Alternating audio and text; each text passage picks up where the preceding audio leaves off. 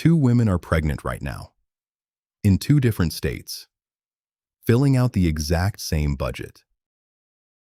One of them is about to go almost $60,000 into debt, not because she makes less money, not because she's bad with money, but because of one line she decided not to write down.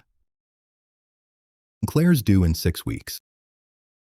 She's got a notebook, paper, because she likes to see the numbers, and 3 categories: daycare, delivery, the pediatrician's copay. She adds them up, feels the number land, and feels okay, because now she knows. 200 miles north, Naomi's doing the same thing. Same 3 categories. Same nervous excitement. But Naomi's mother, who raised 4 kids on a factory paycheck, leans over and adds a 4th line. No dollar amount. Just one word. Everything else. Naomi almost crosses it out. Sounds vague. Unnecessary. That one line is the entire difference between these two women's finances for the next 5 years. 6 months in, Claire's numbers are holding. Daycare. Exactly what she budgeted. Delivery. Covered almost to the dollar. She feels like she called it. What's not in the notebook? The $187 target run. That was supposed to be diapers, and became wipes. A diaper genie refill. A onesie because the first one leaked. Not in the notebook. Sneakers replaced every 8 weeks, because feet don't wait for a budget cycle. Not in the notebook. The specific tax of parenthood, where you walk in for one thing and walk out $60 lighter, without a single big item in the bag. None of these purchases feel reckless in the moment. That's what makes them dangerous. A $187 target run doesn't trigger the same alarm a 4-figure daycare invoice does, so it doesn't get budgeted, tracked, or remembered. It just gets put on the card. Naomi's numbers look messier. Her everything else line is bleeding by month 4. A humidifier she didn't see coming. A car seat swap for the new stroller. But she's not blindsided. She budgeted for messy. On purpose. Here's what's actually sitting underneath both of their notebooks.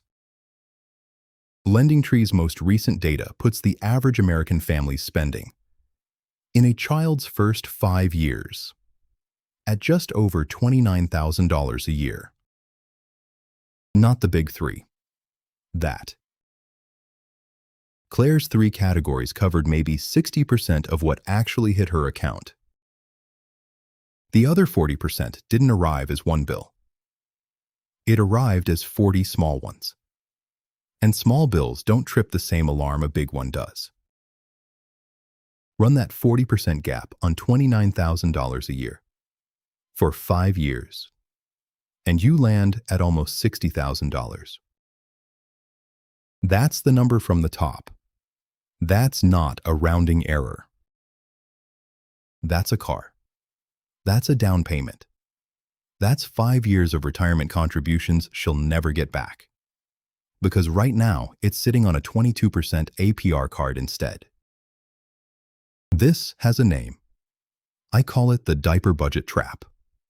You anchor your entire mental model of kid expenses on the category that feels most emotionally real, and quietly assume the scary line items are the whole picture. It's not stupidity. It's not carelessness. It's your brain doing exactly what it's built to do. Treat the vivid, nameable cost as real, and treat the vague one as noise. Nobody sits Claire down before she picks a hospital, a daycare, a due date, and hands her that number. Not the OB, not the registry website, not one of the 50 apps trying to sell her a stroller subscription, before she's even packed a hospital bag. And that's not an accident. Nobody in that entire ecosystem makes money off you knowing the real number. They make money off you buying the crib, the registry, the essentials bundle, the visible 30%, while the invisible 40% quietly becomes somebody else's revenue. The bank issuing the credit card she'll lean on in month 7. That number exists. LendingTree publishes it every single year. It's just never in the room when the actual decision gets made. And the number doesn't stop moving once you know it. Change the state. And it moves again. This time by 6 figures. Raise a kid in Hawaii over 18 years. $412,661. Raise them in Mississippi. $208,621. That's not a rounding difference. That's the price of a house. One honest exception. Because I'm not here to scare you into overcorrecting. If your income is high and stable, budgeting tight around the big 3, and treating the rest as noise, genuinely works. You have the buffer to absorb the target runs, without a card ever getting touched. That's not wrong. It's just not most people's situation. Most new parents are working with variable income and zero buffer, which means what looks like noise on a stable income is for them the entire ball game. By year 2, both women are standing in nurseries again, folding outgrown socks. Naomi's everything else line, the one she almost crossed out, is now funded, boring, and absorbing shocks the way it's supposed to. She hasn't touched a credit card for anything baby-related since month 5. Claire's notebook, the one that felt so responsible 6 weeks before her son was born, missed her real spending by close to $60,000. She's been paying that gap down on a credit card ever since. And because that money isn't going towards savings or debt payoff anywhere else in her life, the $60,000 from year 1 is quietly becoming the reason. She's still renting in year 5, still delaying retirement contributions in year 8, still telling herself we'll catch up in year 10. That's the actual mechanism behind you'll never be wealthy. It's not one bad decision. It's one uncategorized line, left unbudgeted, compounding in someone else's favor for a decade. So, 3 categories. Or 4? Take your big 3. Add a 15 to 20% buffer on top. And label it exactly that vague. Miscellaneous. Look up your actual state's number before you decide where to raise a kid. A $200,000 swing is too big to guess on.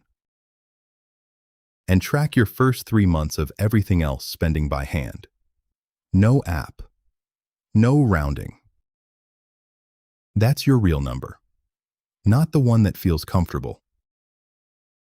This isn't financial advice specific to your situation.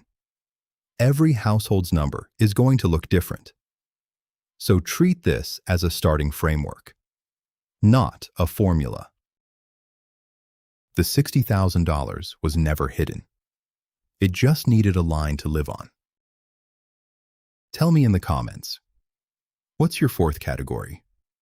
The one nobody warned you about.